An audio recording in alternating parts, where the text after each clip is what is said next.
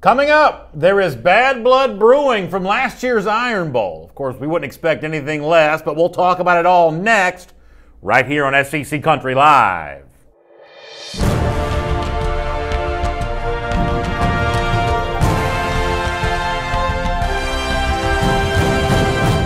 Hello everyone and welcome to SEC Country Live. My name is Brandon Adams. This is the former Alabama All-American Mike Johnson. We're glad you're here. A lot to get into. Aftermath of some spring games, look aheads to others, position battles, quarterback stuff, rivalries, kind of everything in between. Little spring games, canceled spring games, and a Bama trip to the White House. Also. Yeah, so we'll do all of that. Let me start item number one here on our SEC Country Live First and 10 list. And Daniel Carlson, the former Auburn kicker, goes on the Paul Feinbaum show, and well, he makes a little bit of a bragging point about the fact that his team won the Iron Bowl a year ago, calling them Alabama state champs, meaning Auburn, even though Alabama's the reigning national champion. A couple of Alabama players didn't take too kindly to that whatsoever. Let me start with Lindell Mack Wilson, who saw the tweet from Paul Feinbaum. Mack responds back on Twitter, this is college ball, not high school ball. We're trying to be national here, bud. I can't quite read it the same cadence that Lindell Mack Wilson wrote it, so he obviously takes umbrage with what Daniel Carlson had to say. Of course, what Carlson specifically did say was,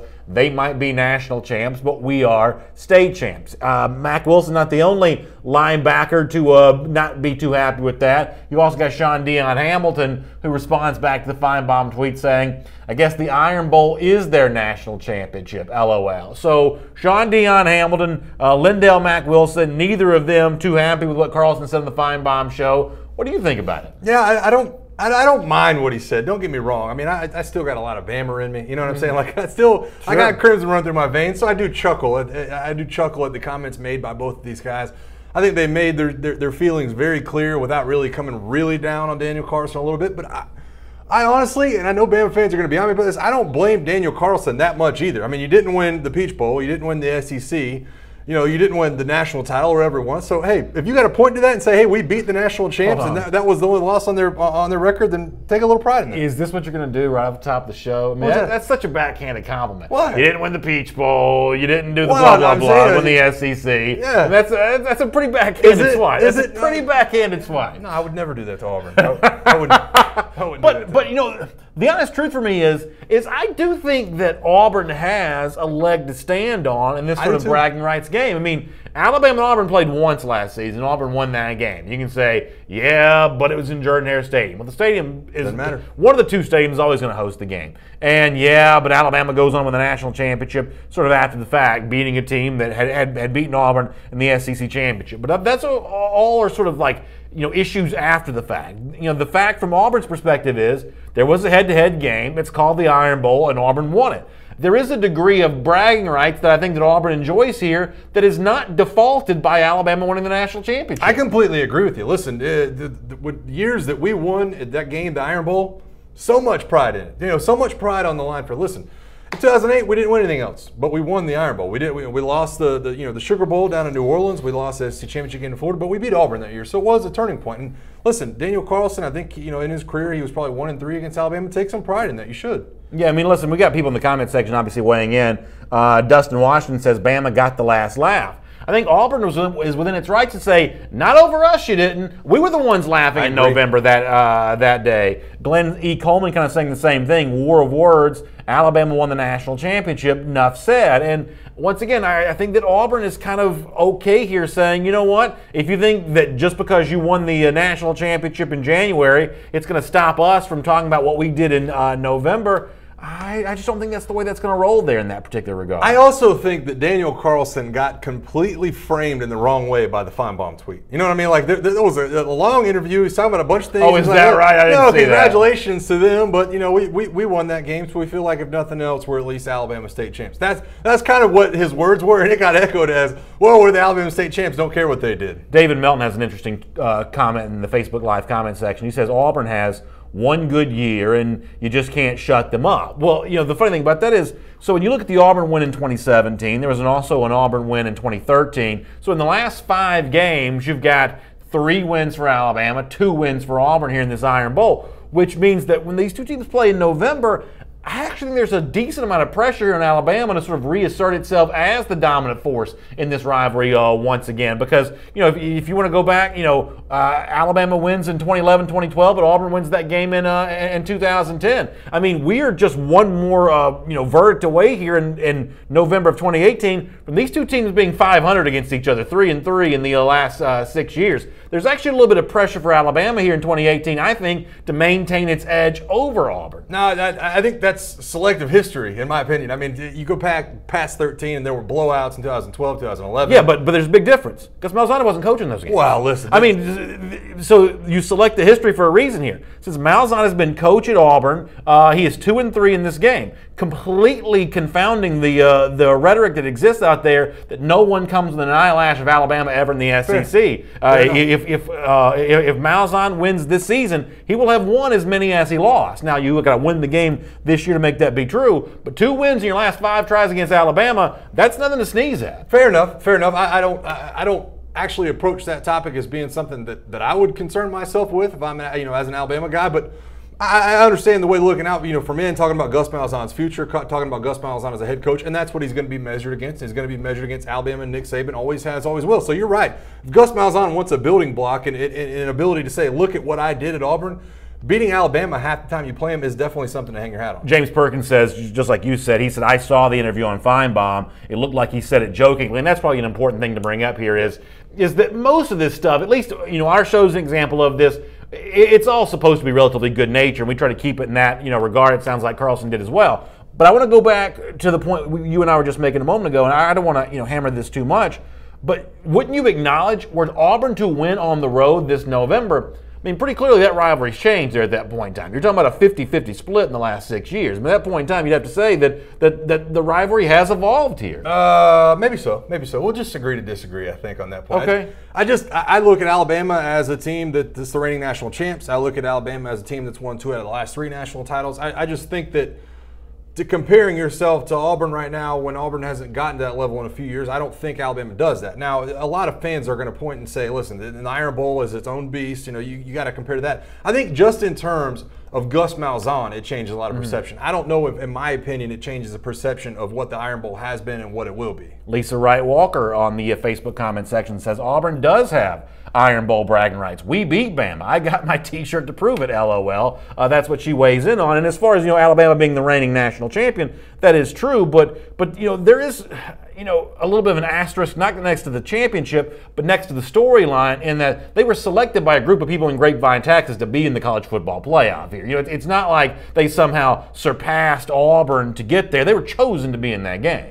Alabama be in that play. No, I completely agree. But I think the right decision was made. I think that obviously Alabama went out and showed that it dominated Clemson, and it didn't dominate Georgia, but it ended up winning the national title game. And we can go back and forth about who was selected to do what. Auburn had their chance. I mean, Auburn did. Auburn had their chance to play their way into a college football playoff opportunity and didn't get it done, and then stunk it up when they came out in the bowl game against UCF. So I understand how it can be relayed. The bottom line is the only reason Bama had the door open is because Auburn could not win that game against Georgia. Ty Samuel says, why are we talking about Auburn every day?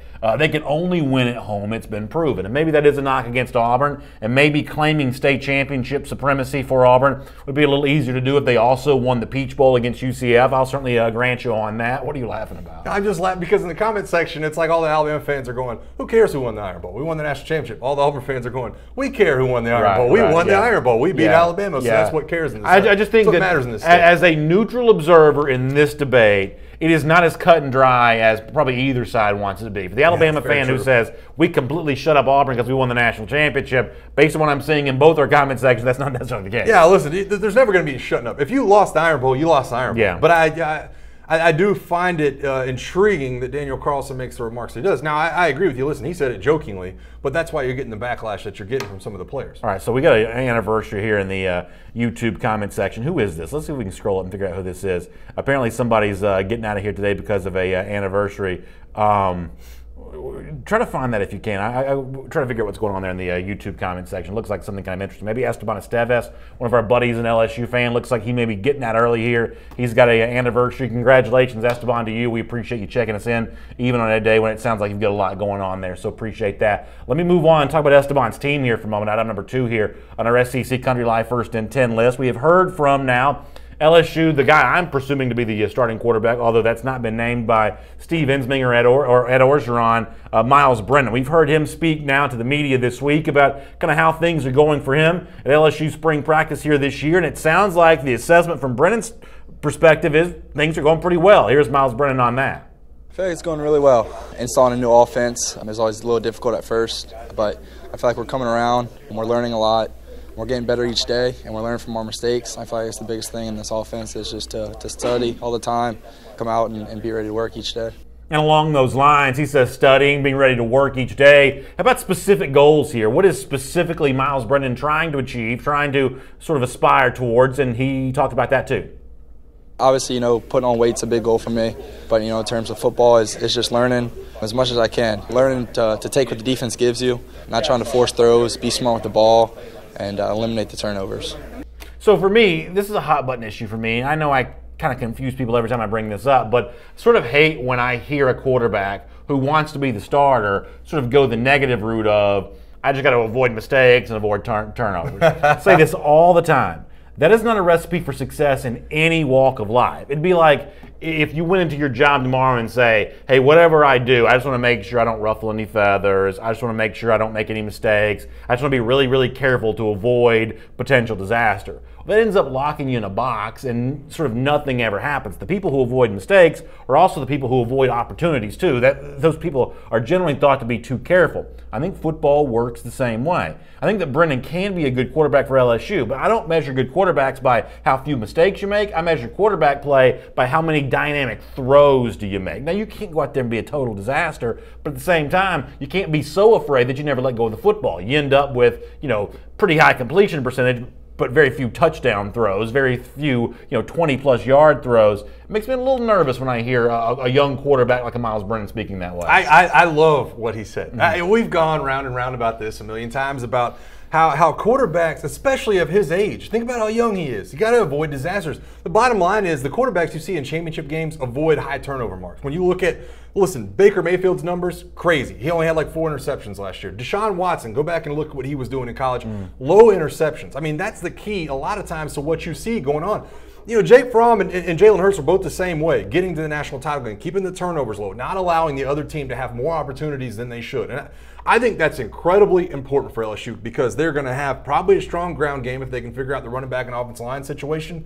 You're going to get it out in the air. Don't let your defense have to stay on the field any longer than they're going to. LSU is built on defense. If you're Miles Brennan, don't let that other team have an extra opportunity to get your defense off balance and to try to make a throw. But you mentioned Jake Fromm is actually my team that really lived through this for the 3 years before that. And I'm not going to say a bad thing about Jacob Eason, the Georgia quarterback in 2016, or Grayson Lambert in 2015, or Hudson Mason, who's the Georgia quarterback in 2014. But for 3 consecutive years, Georgia had quarterbacks that were great at avoiding interceptions. It's amazing how few interceptions Georgia threw 2014, 2015, 2016. But you know what? They didn't throw very many touchdowns either. So, you just cited some all-time great quarterbacks in college who didn't throw very many picks. The absence of interceptions is not always the presence of a good quarterback either. I understand that. And listen, I'll go along with you, but I think the difference in the quarterbacks I'm citing right now and the Georgia quarterbacks you're talking about is I'm talking about guys who were conference championship type quarterbacks. Jake Fromm being among those, Jalen Hurts being among those. When you look at the guys that get to these conference championship games, they're not throwing the ball around. Think about a guy like Drew Lock. I mean, yes, his numbers look crazy. He's got the best passing numbers in the SEC.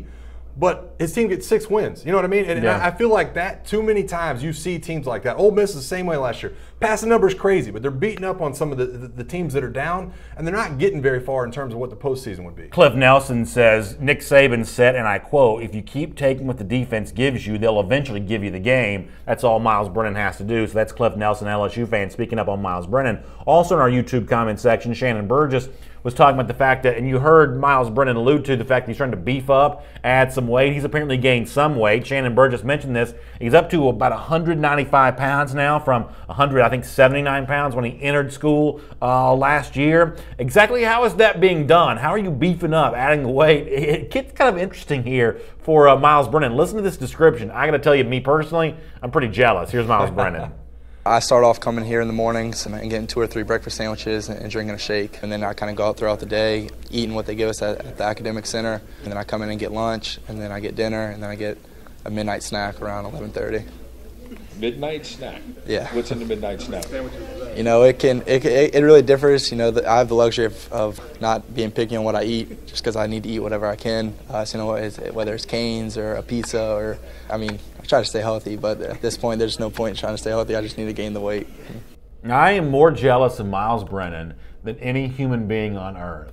Multiple breakfast sandwiches, shake for breakfast, anything he wants for lunch. He's getting just sort of all doled out to him by the nutrition department there at LSU. And then at 11:30 at night, he's kicking back. He's eating pizza. He's eating chicken tenders. 11:30 at night. Now, our buddy Michael, one of our producers, he's like that too. He's got a metabolism that runs like Niagara Falls. So I'm sure he's very much 150 soaking wet. Very much the same way. I mean, how jealous are you of this guy? Yeah, I'm incredibly jealous because I think I just gained 10 pounds while he was talking. I knew a lot of people in college that were this way. I mean, I really did. There were some people that, because listen, it's not just about metabolism too.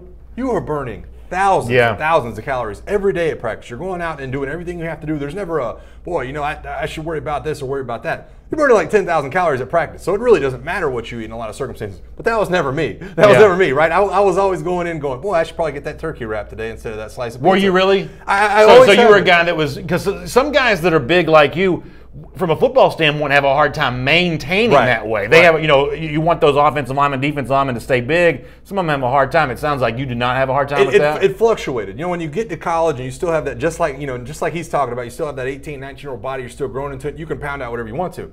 Also, when your body starts turning that corner and all of a sudden, when after the NFL draft, you get in the NFL and you start realizing, listen, I'm not practicing. I'm not doing fourth quarter in January, February. I'm not practicing day round like I was. Now I have the NFLPA is saying we can only do a certain amount. And now they're trying to take care of the older bodies and things like that. So you definitely have to turn a corner at some point. But for most of my career, I definitely had to watch calories. Rick Keene, who's also on YouTube today, one of our commenters, says he can hear me getting fatter right now. Thanks, Rick. Really appreciate that. It's a really kind thing to say. But it's funny, we live here in Atlanta. Rick.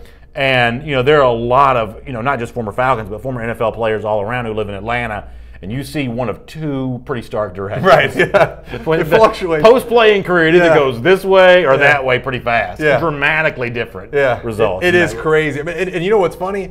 A lot of times it's the positions that go the opposite way. Sometimes you'll see like a running back or a wide receiver that gains weight, and it's the big fellas that are like, listen, I've been watching these calories for a long time. All of a sudden, I'm not lifting and eating the protein I am, and they start going the opposite direction. My buddy Joe Holly that just retired from the Bucs. That's right. He's already lost 55 pounds. It's incredible what he looks like. That is amazing. When you see a former offensive lineman who drops that much weight, it really is something to see. All right, let me hop over here to item number 3 on our SEC Country Line 1st and 10 list.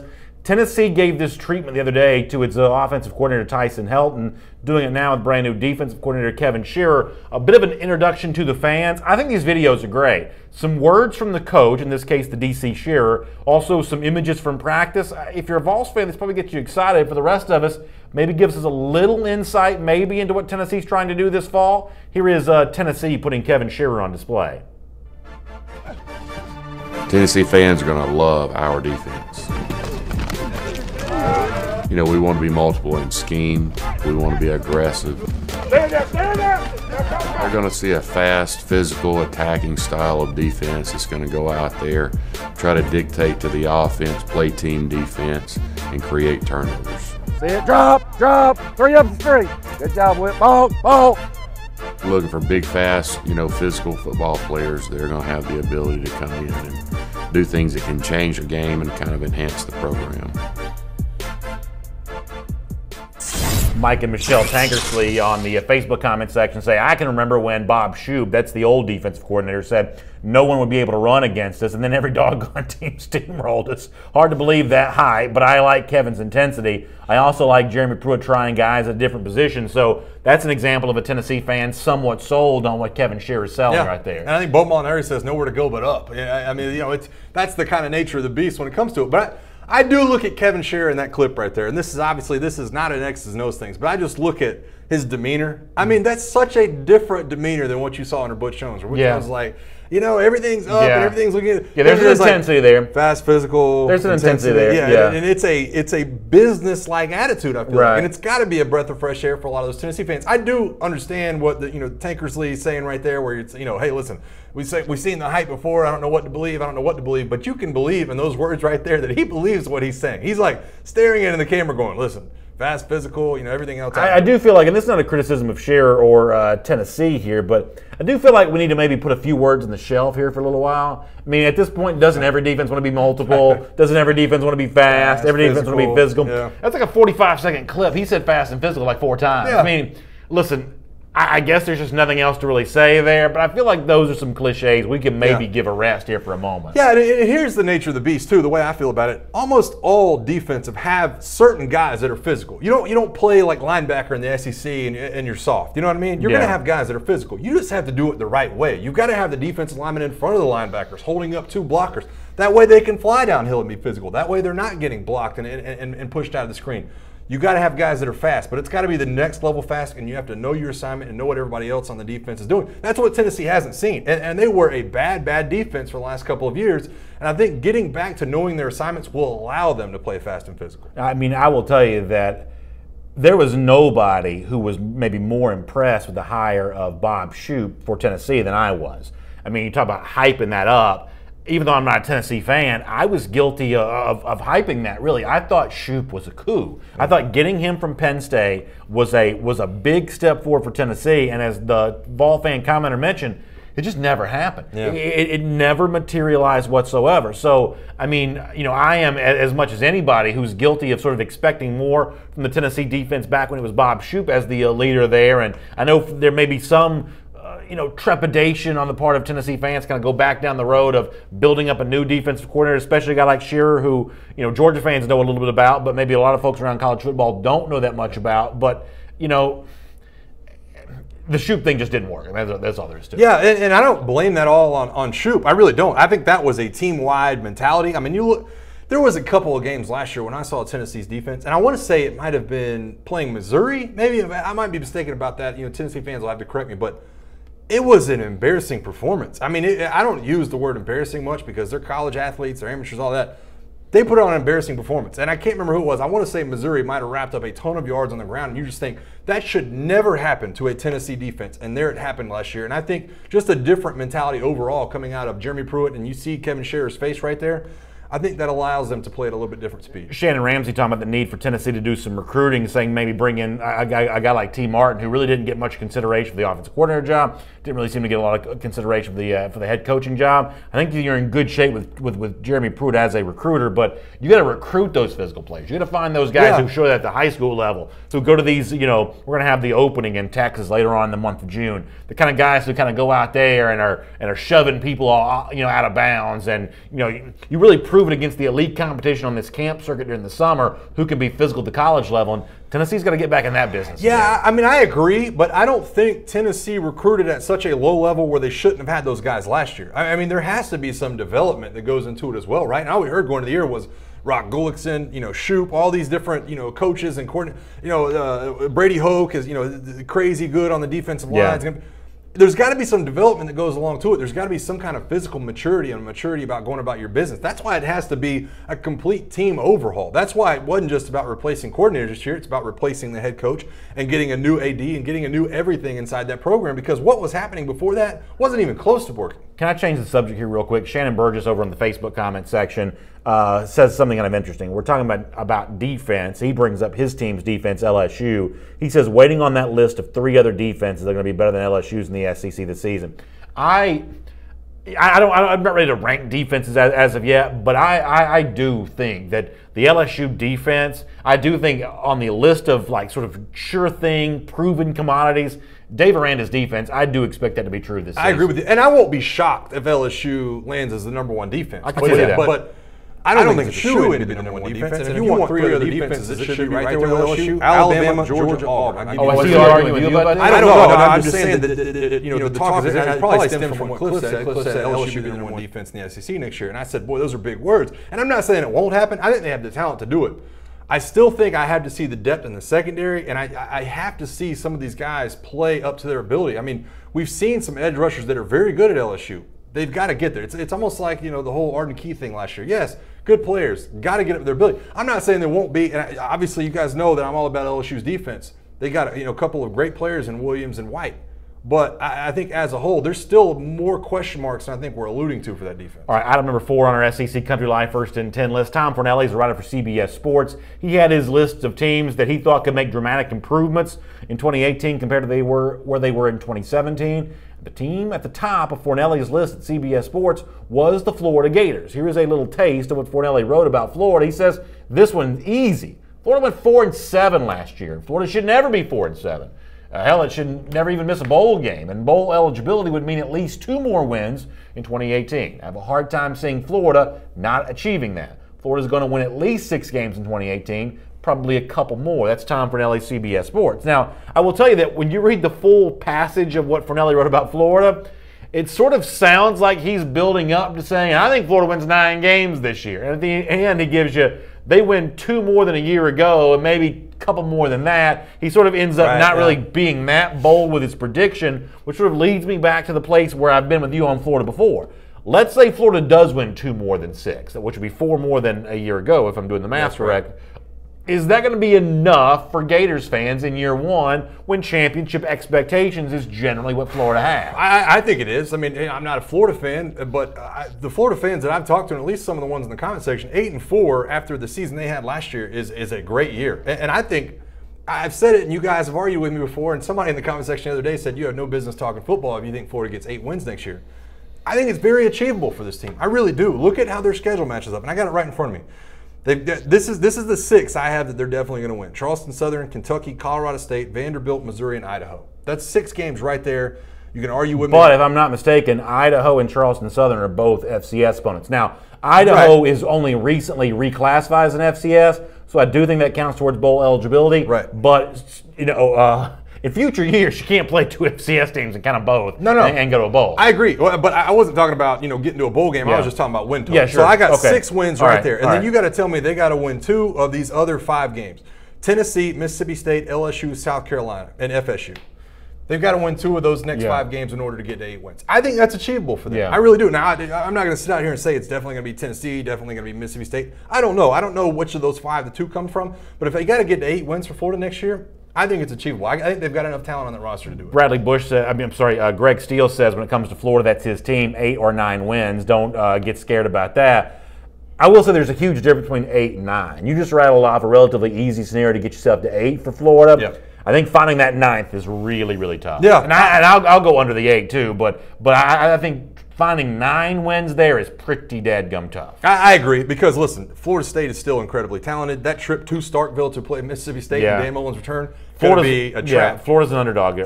But they get LSU in Gainesville, which I still favor LSU in that game right now, but it could come out. We've seen crazy things happen in that rivalry. So other than that, Tennessee, South Carolina, and obviously Georgia on the schedule. Bo Molinari, who's a Texas A&M fan, talking about Florida and our show content says 4 wins equals 4 talking points a day, essentially saying we talk too much about Florida. I'll be very transparent about this. On our show, what we try to do is sort of stir it up and have fun and have a great conversation. And for better or for worse, rightly or wrongly, even 4-win Florida stirs it up on this show every single day. Florida fans weigh in strongly on this. Gator haters weigh in strongly on this. I mean, the reason why Florida shows them the show every single day, and I'm not going to lie to you about this, I'm going to be fully transparent. The reason why they show up is because they generate conversation. No, listen. I mean, that's just a fact. We have some fan bases, and obviously the Georgia and Alabama fans, we talk to those guys quite a bit, but Florida, LSU fans, and Tennessee, really, you guys are not afraid to tell it how you feel. Stir it up. Stir it up. Tell it how you feel. And Florida fans have been like that since we started the show. Really have been. Leave nothing, to guess about. Florida fans have no problem right now backing their team and saying that, this is a 10-win football team. I mean, Florida's one of those programs, one of those teams, and y'all know where I stand on Florida, but they remain interesting even when they're not very good, and that's an example of that probably for 2018 here as well. And I hope that you appreciate the candor, because I obviously want to bring you behind the curtain as much as I possibly can here. Here on SEC Country Live, though, let me move on and do item number 5 on our SEC Country Live First and 10 list. And this story doesn't have a lot to do with the SEC, but in a roundabout way, maybe it does. And I don't know if this is as personal for you as it is for me, but I saw where Michigan was supposed to have its spring game this weekend, and I say supposed to because it's been canceled. Now, the current forecast for Ann Arbor on Saturday, temperatures in the 40s. It currently reads, I believe, what I read online was 100% chance of rain. Of course, forecasts can change somewhat over the course of 3 days' time, but for now it doesn't look good. And so Jim Harbaugh has made the decision, or Michigan's made the decision. I don't know who ultimately all kind of weighed in on this. They're just not having a spring game, period. And I kind of connect this story, Mike, to the fact that if you look around the SEC so far this spring, it's not a criticism. To me, it's just a fact. There weren't very many people at South Carolina spring game. Were not very many people at Arkansas spring game. Not very many people at Auburn spring game. I saw some of the crowd from Vaught-Hemingway. That was really poorly attended. And I think you had bad weather sort of a factor in really all these spring games thus far this year. But I like spring games, not just for my own team. I like to sort of overanalyze and sort of overemphasize all the other SEC spring games. I like having this thing to talk about. Are they an endangered species, though, if you've got a power like Michigan just flat out canceling it, and then you look around the rest of the SEC and it's not really been too hot of a ticket? Are these things an endangered species? I don't think they are. And here's why I'm going to make my argument. Because Michigan canceled their spring game this weekend. They were expected to have an incredible crop of recruits that were coming to the spring game. Now all of a sudden they're on the phone going, hey, can we still get you on campus? Can you still come hang out? Yeah. I know the weather's going to be really bad, but can we still try to get you here? Can you fight through the snow? Can you get on campus? Can we reschedule you for a different date? That's not something that any school or major university or major football program wants to deal with. You want to get those guys on campus. You want that big deal, that game day atmosphere. And I think that if you're going to be successful in the long run, Ohio State's going to have the big crowds. Texas is going to have the big crowds. Look around college football, and the teams that are doing well in recruiting have the big crowds at the spring game. So I don't think they're endangered at all. I think that obviously you have to make a couple of close calls. Wisconsin had to cancel theirs as well. Iowa State had to cancel theirs as well. But you have a guy like Dino Babers at Syracuse saying, hey, we got a dome. We're not canceling ours. Yeah. This is a recruiting tool. Hey, we got great weather in here in the dome. And I think for that reason, recruiting alone, I think these things will always be a floor. It's worth pointing out that the idea of taking official visits for spring games, relatively new phenomenon. Yeah. The recruiting changes recently kind of brought that in, but you don't really sell your campus too well if it's snowing in April. I think we can agree on that. Yeah. As far as the topic goes, in the Facebook comment section, Adam Manis says about the Arkansas spring game, come on, man. It was below freezing and it was snowing and sleeting for the Arkansas game. That's totally fair, and I mentioned it a moment ago, and really for all of these relatively poorly attended spring games in the SEC thus far this spring, bad weather's been a factor in all of them, but still it's hard to deny that, if someone like me wants to argue in favor of keeping spring games in place, I don't really have a lot of visual evidence to point to yet. Now, Florida's calling for $60,000 at theirs. Georgia wants $80,000 at its. I would imagine Alabama tries to pull a big crowd on the 21st, reigning national champions. But so far, it's not been a hot ticket. And Jake Farmer on the Facebook comment section says these spring games are just glorified practices, something cool to watch and drink a beer to, but not to go to. And that sort of like passive description, I sort of fear, is true. Yeah. And there's a chance that Jake is telling the truth. I've admitted before I overblow these things. I completely overinflate their importance because they are just sort of one data point in a long spring's worth of practices. But it's fun to break them down, and I'd be sad if they were gone. Yeah, and listen, you've paid attention to these probably longer than I have, so I'll ask you this question. Were we just seeing an uptick in spring games maybe like 8 years ago, and is it on its way back down now? You're talking about spring games or spring game Because when I got to attendance? spring game attendance. When I got to spring game, my first one in Alabama was probably 20,000. I went to LSU spring game before. There was 15,000 people there. Were you on campus the first year Alabama had the 90-something thousand for its spring game? I was born into my sophomore year. I want to say they kind of started that. Nebraska kind of started that. I think they're going to try to get $100,000 for their spring game, and even in bad weather, I'm guessing Ohio State's been right there. They're going to try to do that. Ohio State's had a big crowd before. So the idea of like big crowds is a relatively new phenomenon. Kirby Smart used this at Georgia in 2016 as a way of kind of uniting the fan base after Mark Richt had been fired. A lot of new coaches used this as a way of kind of generating some positive momentum here. As you said, it is a recruiting tool, but the notion of even caring about spring game attendance is a relatively recent phenomenon. For the most part, I'm not that interested in spring game attendance other than to say if there is no attendance, it becomes hard to justify why you have the games anymore. Yeah, and I think it's just a leisure activity for a lot of people. You're not going to drive through the snow. We mentioned the conditions at Arkansas, terrible.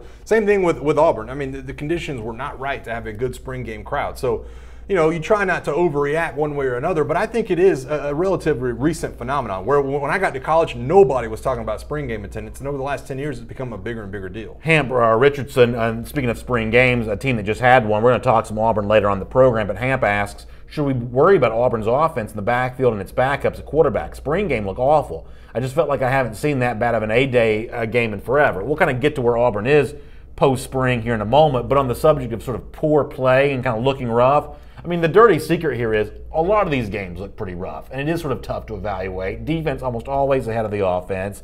Auburn was playing without its starting quarterback. I mean, the football itself is often not as good as the coverage shows like this kind of give it. No doubt. I mean, you got to, and I think Sam Spunkmeyer says it the best, and their Facebook says these are valuable to a lot of college football fans because it's their first taste of football for a few months. They're huge for a lot of us, and I agree with that.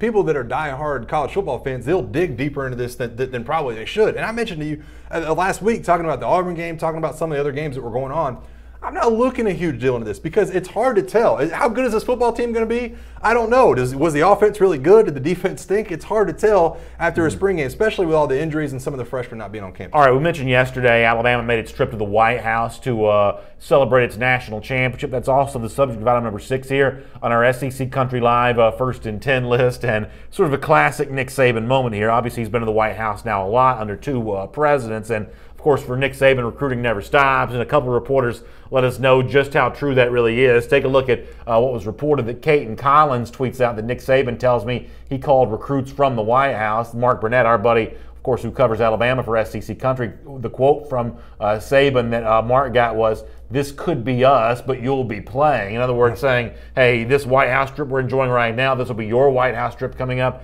in a couple of years. Y'all know how I feel about this. Recruiting is the lifeblood of college football.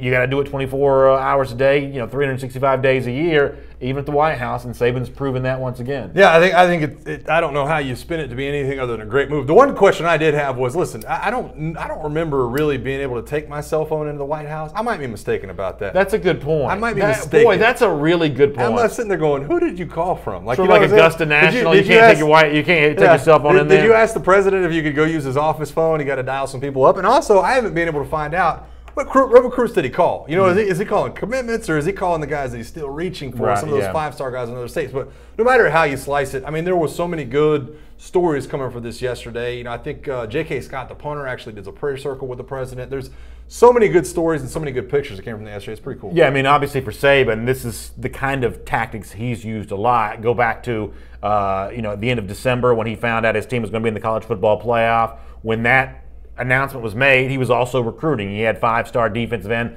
Brenton Cox sitting right next to him when that happened. National championship parade, they used that as a big recruiting weekend. One of the hallmark guys they put a lot of attention to, 5-star cornerback Tyson Campbell. In fact, where'd both those guys end up going?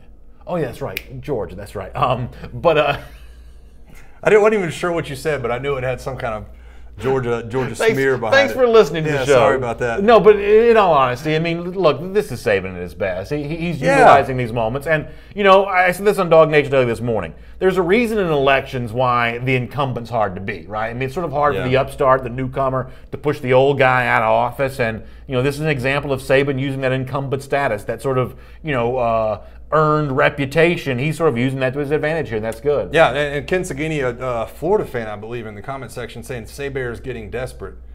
Maybe I'm having a hard time with this. I really don't know how you could negatively spin this, though. I mean, I really don't. You're calling from your national championship trip to the White House saying, boy, this is fun. You know, I've been here a couple times here recently, and you know, we show up, and now I'm calling you saying you could be part of this trip next year. I think it's an incredible recruiting tactic. I really do. I mean, I'm all about it. I wish somebody would have called me from the White House. I wasn't that big of a deal. Yeah, I mean, I think some of this stuff may not be working quite as well as it used to be. I think that may be what the commenter's mentioning there. Possibly so. I don't know if desperate's the right word. If you're calling I will say this though, just very, very quick. If you'll just entertain this for 2 seconds. We don't talk about politics. We don't talk about religion here. What J.K. Scott did yesterday was one of the bravest things I've ever seen anybody do. Yeah. One of the absolute bravest things I've ever. Boldest. I don't care where you fall on any of those kind of issues. It takes a bucket load of courage to step up and do what J.K. Scott did yesterday. He said, "Can you join me in a prayer circle?" I mean, listen, that is a tough thing to pull off right there in the Rose Garden. There was another couple of people on there that had selfie, like Ross Piercebaker had a selfie, sitting there going selfie, and it was like out wide on the lawn. I'm sitting there going, boy, to ask the president, hey, I know you're a big deal, but hey, stop for a second, let me get you. You know, I mean, like, woo, I wouldn't have done that. I didn't do that. Item number 7 here on our SEC Country Live First and 10 list, as one of our commenters on Facebook mentioned a moment ago, Auburn finished up, not spring practice on Saturday. They had 2 practices after that, but the sort of last official duty of spring was the A-Day game on Saturday. And one of the things that we've been following for Auburn all spring long was how these running backs were going to shake out. What's the pecking order here? Do we know who the main ball carriers are going to be for Auburn coming up this fall? And with a couple practices to go on Saturday, Gus Malzahn said, we do want to finalize some of this by the time we officially end this spring. Here is Malzahn from Saturday talking about that. We're hopeful we can have some kind of order like we talked about, at the first of spring. Today was really good. We got a lot of information. They'll grade the film. We'll see where we're at, and then we'll finish up spring with a Tuesday practice. It'll be more special teams and special situation oriented, but there will be some offense and defense too. The reason why Auburn had these practices post-spring game was they actually, if you'll remember, postponed the beginning of their spring practice. Was supposed to start way back though, the end of February. It's kind of a weird early start for them, but they ended up postponing that for a couple days, holding the last 2 practices here. And he says at that point in time, we do want to kind of finalize some of this stuff with the running backs, sort of figure out who's who and where they all kind of land in all this. The one thing that Malzahn was willing to acknowledge on Saturday, though, is that competition has helped all these guys. Yeah. Here's Malzahn on that subject. There's nothing better than competition. Keeps everybody on that edge, and my experience is when you have competition, the cream rises to the top, and we've got some pretty good information from those guys. And like I said, big picture right now, the thing I can tell you is we're going to have depth, and you cannot have enough depth in this league at the running back position. So good to have depth. Not a lot of specificity there from Malzahn exactly how his depth works out. But there was an interesting report from Justin Ferguson, Mike, at SECCountry.com, sort of alluding to what the SEC network broadcasters had said. Yeah. Sometimes they get more information than the regular reporters do. Yeah. So here's Justin Ferguson, what the broadcast said. He said on the SEC network broadcast of the spring game, the duo of Clay Matvick and Jordan Rogers, that's the broadcast team there, said Jartavius Whitlow, Cam Martin, Malik Miller were the first 3 names mentioned when talking to coaches about the running back battle. So does that settle it for you? Is it Whitlow? Is it Martin? Is it Miller here? I don't think it settles it for anybody, because if anybody that watched the spring game will go out what C.J. Tolbert did. Yeah. I mean, you can name those 3, and maybe those guys are the best ones in practice, and then you get live with the bullets flying, and all of a sudden Tolbert pops out. Asa Martin's still getting adjusted to what he is inside of that Auburn program, still getting adjusted. The same way we've talked about Justin Fields and some of the other quarterbacks, same thing for Asa Martin. And so I think it's easy to look at it and say, boy, you've got these guys. Don't forget about Devin Barrett. He also has had a good spring. So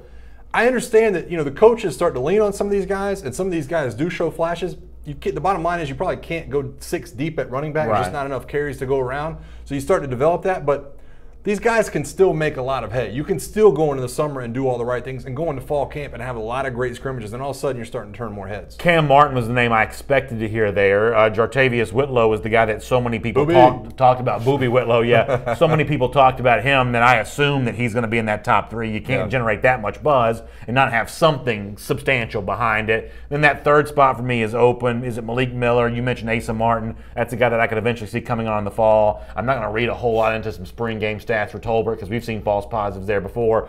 But the first 2 I feel pretty confident about right now, that it is probably Whitlow and Cam Martin, who when he was healthy a year ago, he already looked like a pretty good back. Yeah, Cam Martin's kind of speedy, kind of that prototypical Auburn type of back. I mean, he really is when you talk about some of the guys they've had over the last 10 years. I've been stuck on Boobie Whitlow. I've been stuck on Boobie Whitlow back since bowl practices because of the things that Gus Malzahn was saying about him on third down, his ability to kind of adapt. This is a guy who, like we've talked about, played quarterback in high school.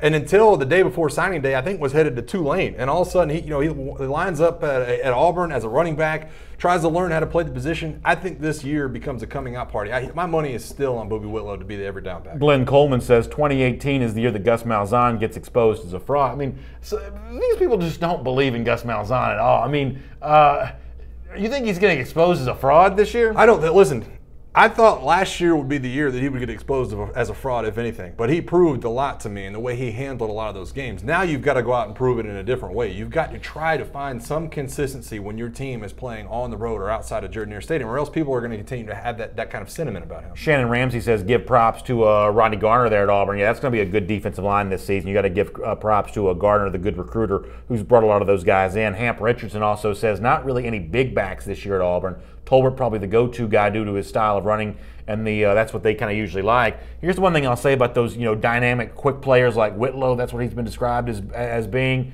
When you've got Jared Stidham stretching the defense vertically. Obviously, Auburn, still going to enjoy using some of those jet sweeps and things of that nature, especially if a guy like Devin Barrett's playing some of that wide receiver position a bit due to some of those ACL injuries. At that point in time, you're stretching the defense so much this way and so much that way. You put a really dynamic, fast, quick running back like Boobie Whitlow in, all of a sudden he's got a pretty big lane to run, so you don't have to be quite as big and physical anymore. No, I agree, and it's going to be up to these Auburn offensive coaches to kind of find these niche jobs for these guys. And I mentioned it, but Auburn is such a different place, especially in terms of wide receiver, where these guys are put in particular positions on the offense because they do certain things well. This guy's a better blocker. This guy can crack. This guy likes to go in motion. This guy can do the speed sweep. This guy might be able to throw. They're all put in a particular position. So how do you end up doing that at running back? Well, the 3rd and 4, the 3rd and long, you have to have the guys in there that can block. You have to have the guys in there that can catch on the screen plays. So you have to find that niche for all of this. I don't know how they do it. I really don't. And we talked about a couple of times a couple of weeks ago. Asa Martin, you think there's no way you could redshirt a guy like that, but then you think, why not? There's so many bodies at the running back position that really you could probably afford to do that with him and not really skip a beat when you talk about the depth. A couple quick final comments. Ken Sagini on Facebook says, Gus just needs to play consistently. They beat the hell out of Georgia, then lose when it matters most. They obviously didn't finish the season strong. There's no denying that. Jacoba Simba says, going back to the Auburn running backs, why isn't Kerryon Johnson being talked about more highly in the draft? It is kind of funny. He was that big physical back. Now, he dealt with some injuries at the end of the season, but he was that guy that, maybe Auburn doesn't have as much here this upcoming season, and yet it doesn't seem like every draft scout's that high on him right now. It was baffling for me because this was on the 1st and 10, 2 weeks ago? We talked about maybe Todd, I don't remember who it was. It was Mel Kiper or somebody that was talking about, Kerryon Johnson. There were some questions about him being an every down back. Now, I don't think there's any doubt that somebody, everybody thinks he can make an NFL roster and be an impact running back. Can he be an every down back? I think that goes back to his injury history, goes back to, a couple of games he's missed with injuries in his time at Auburn, but I don't have any question in my mind, just as far as X's and O's and football and athletic ability, that he's a guy that can get it done at the next level. A couple of YouTube comments here, then we're going to move on. 98 Sports Talk says that you called the Boobie Whitlow thing a while back, so good for you on that. Thanks, 98. Mike Johnson's daddy on the YouTube comment section says Boobie Whitlow is going to be better than Kerryon Johnson, so apparently your family there really high on Dad agrees with me. Thanks, by the way, Morgan Recton also in the comment section on YouTube. We're actually going to talk about this tomorrow. He says, what do y'all think about the Florida spring game format? Are you aware of this? They're not doing 1s versus 1s or 1s versus 2s. They're drafting a team? Yeah, I haven't dug really deep into it, but that's a scenario, that's something that not every team can do. You have to have depth at certain positions. Not every team can put on and say, because listen, and I was talking about this earlier on your Dog Nation show, LSU's got 8 scholarship linemen? You can't draft. Right, you know what I'm saying? You have to have 2 full football teams. Now, I tell you what we did used to do, and I told you about this probably last year. We used to draft staffs. Okay. At Alabama. We'd have the captain on this side, captain on this side. Hey, we want this guy. We want that guy. We want that coach. We want that trainer. That's we want that. We want the medical staff. Hey, I'll take Scott Cochran. And that was how we went about doing it. We never had the ability, we never had the depth in spring to be able to draft teams. Let's talk about item number 8 on our SEC Country Live 1st and 10 list, and the Tennessee Vols. And y'all know we like our buddy Mike Griffith here on SECCountry.com. He does a great job covering Tennessee. And Mike is also one of these guys who's not afraid to stir it up time to time. And God, yeah. I saw this tweet, and I got the biggest kick out of this. I thought this was so funny. So the backstory for this is that the venerable 90s SEC coach Steve Spurrier is returning to the ranks of coaching in that Alliance Football League. We talked about this yesterday. So Mike Griffith said, I wonder if that means that Phillip Fulmer might one day return to coaching. Yeah. And so he put this Twitter poll up for Tennessee Vols fans to weigh in on. You can see the results here. The question, do you think Tennessee AD Phillip Fulmer will ever return to the sideline to coach or, quote, help coach a Vols football game? 87% say no, it'll never happen. 13% say yeah, kind of like Barry Alvarez there at Wisconsin. You want to talk about the most, I can't imagine there's a more provocative question could ask Tennessee fans. Just throw, salt. I don't know what the phrase right here is. Griffith cracks me up. I mean, like, just like hot sauce on the whatever. I don't even know what the right, analogy here is. But that is a provocative question for Tennessee fans. And you look at the Twitter mentions of it, just like, fist fight. Yeah, I was going to say, if you want some fun stuff to do this afternoon on Twitter, go look at the responses from some of the Tennessee fans about that Mike Griffith. But you're right. I mean, he's stirring the pot. It was almost like Mike Griffith was like, man, what can I do? What kind of poll can I put out to make people's jaw drop? And 87%, I don't know if it gets any more clear-cut than that on Twitter. I love it. Well, I mean, listen, I actually thought 13%, because you got to realize, I mean, the no is the overwhelming favorite. Right.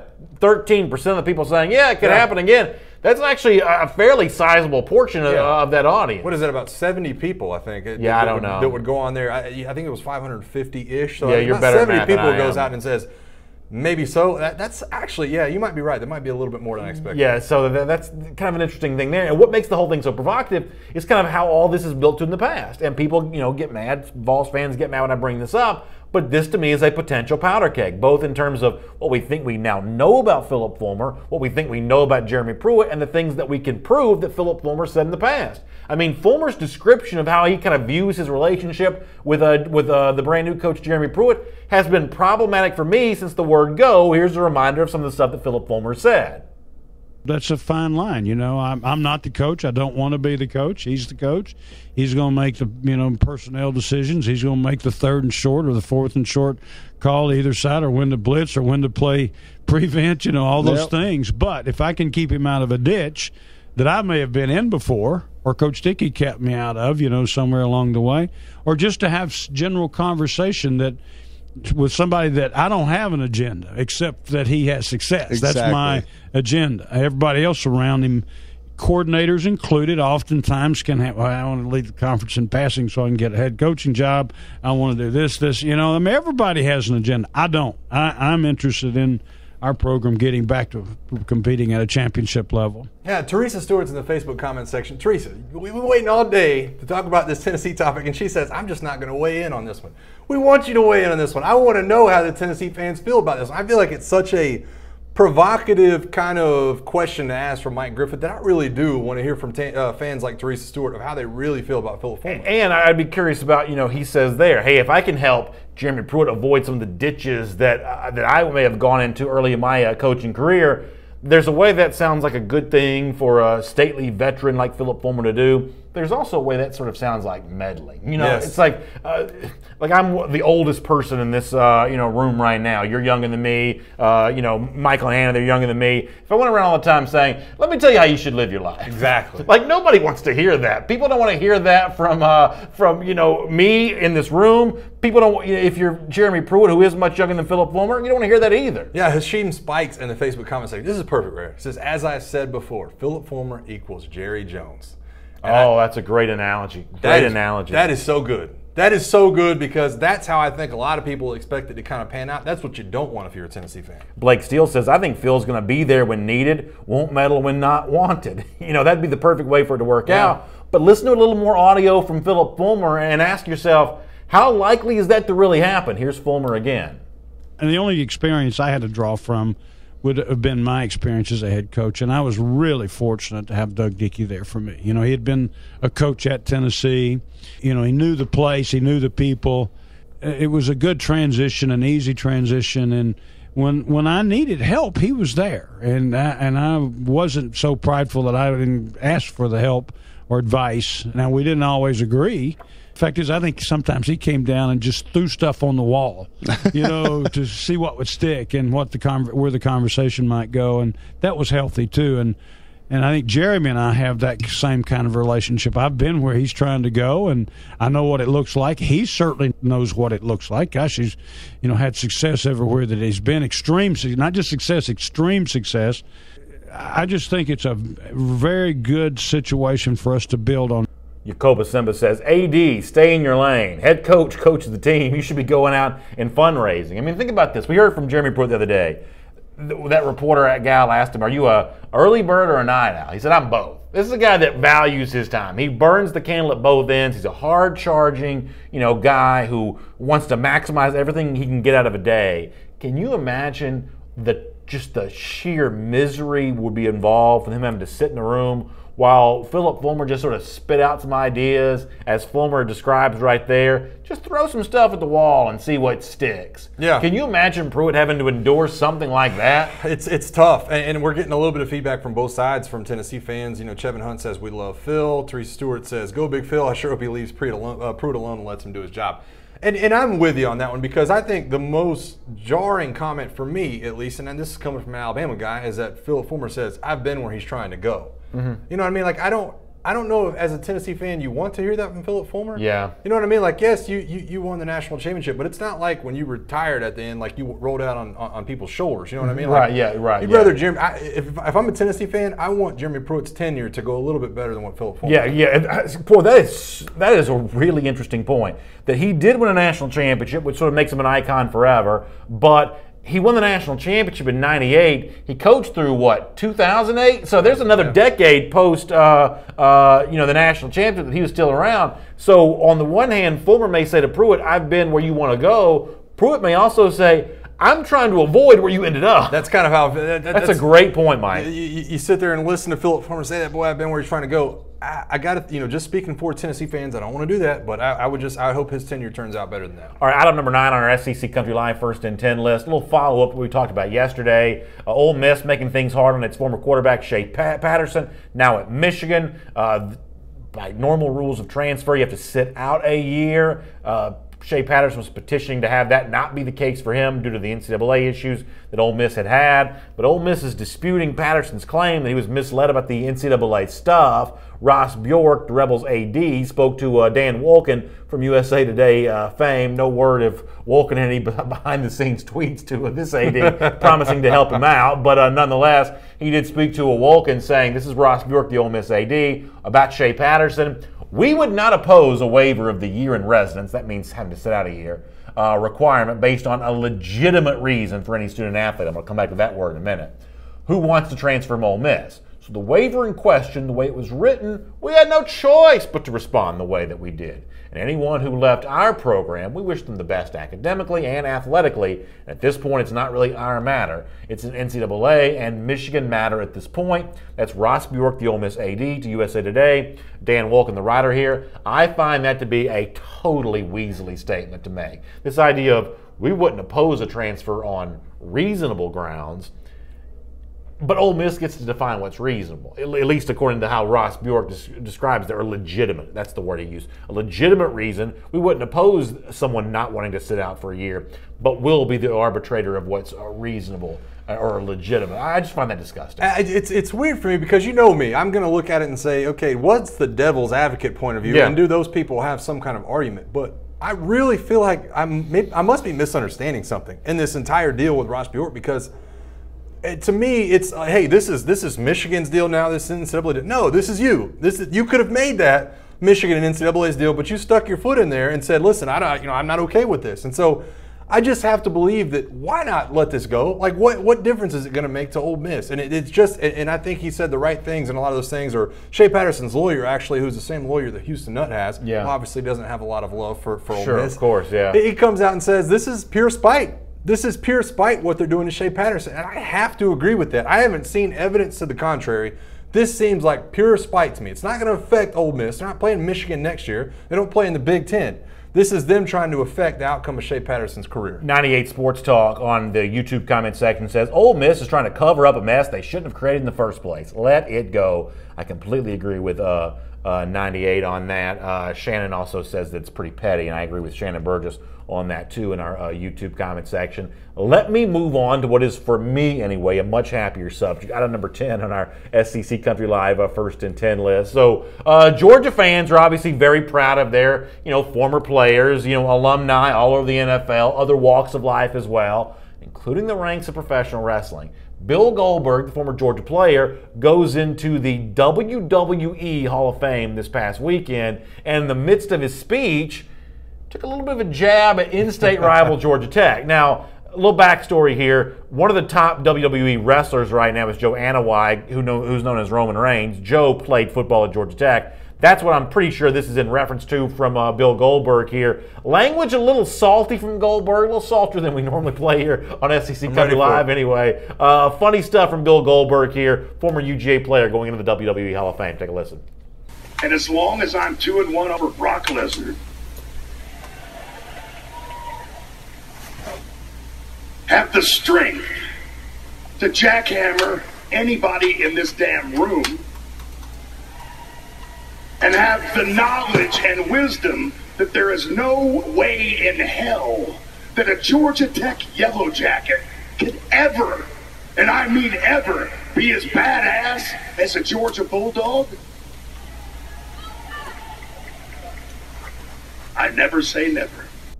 So listen, I mean, I got to tell you, I'm just beaming with pride to hear a little Georgia football. I mean, and Katie McCarty's in the YouTube comment section mocking me for liking pro wrestling. I don't care what any of y'all say. I grew up on this. Pro wrestling's one of those things where, like, you sort of go in and out depending on the year. Sometimes I like it, sometimes I don't, but I always come back home eventually. Could not be more proud of that. Yeah, could not be more proud. I wish we had Goldberg. video, because I'm just expecting like Roman Reigns to just spear him off the stage. You know what I mean? Like the video I feel like would be funny about this entire talk. He's given the intensity you always see in Bill Goldberg's eyes. But listen, it's fun. I agree. Oh, I think it's great. I think you need more SEC ties to pro wrestling. All right, we always look to close the show the same way. Every day, we're always looking for our champions of life, and today, sort of a repeat offender of the champion of life, if you will, Washington State coach Mike Leach, who is known for saying strange things to reporters. Another example of that. The truth is, I'm not quite sure how we even get here on this, but listen to Mike Leach's stories about trapping animals in his neighborhood there at Pullman, Washington. This is just too weird not to enjoy. Here's Wazoo coach Mike Leach. What's the weirdest animal you've seen on one of your walks? You said you see animals when it gets snowy. Tracked a raccoon one time in the snow. Because I was in a neighborhood and I was just curious where this raccoon lived, and there's fresh raccoon tracks, and he'd been digging in somebody's garbage, and so I followed the tracks, and I don't even know if these people know it, but he lives right in the back of their house in a bunch of brush and trees, and because you can follow right, approximately where he's at. A huge owl, which I see the hawks, foxes, coyotes. I saw a coyote in my neighbor's front yard. A quail. Now in snow, if you walk up on the quail and they're under that snow, they'll lift up right in front of you and it scares the hell out of you. Believe it or not, Mike Leach wasn't done. The list of animals, well, it continues. Here's a little more. Walked up on a herd of deer in one of the pastures one time. Seen pheasants, but not a lot. So anyway, we'll pull out of this. You sort of get the point here. This would never work in the SEC. Can we agree on this? I mean, I don't think Nick Saban even remembers the last time he saw an animal. Yeah. Bird in the sky, dog in a yard. I don't think that Nick Saban would even be able to think back on an animal that he saw. And Mike Leach is like walking around his neighborhood just sort of following these things into dark corners. I think saying it wouldn't work in the SEC is too broad for me. I think you have to say it wouldn't work at Tennessee, wouldn't work because I would pay to have this guy at Missouri. I mean, you know what I mean? Just tuck him away at Missouri. I'd pay to have him over there. Oh, he'd just go live up in the Ozark Mountains and act weird all he wants to there. Hey, thanks for being with us here today on SEC Country Live. Check out our podcast for you. We'll have the audio version to show up for you. Apple Podcasts, Android devices, the world famous SoundCloud, all that. It's all there for you for the SEC Country Podcast. Share the show with your friends on Facebook and YouTube. Let them know we're talking about the SEC here every afternoon on SEC Country Live. Y'all have a great day. We'll see you again tomorrow. You're not here tomorrow, is that right? Not here tomorrow. Not here tomorrow, but the show will go on. We'll see you there at 3 p.m. Eastern Time on SEC Country Live.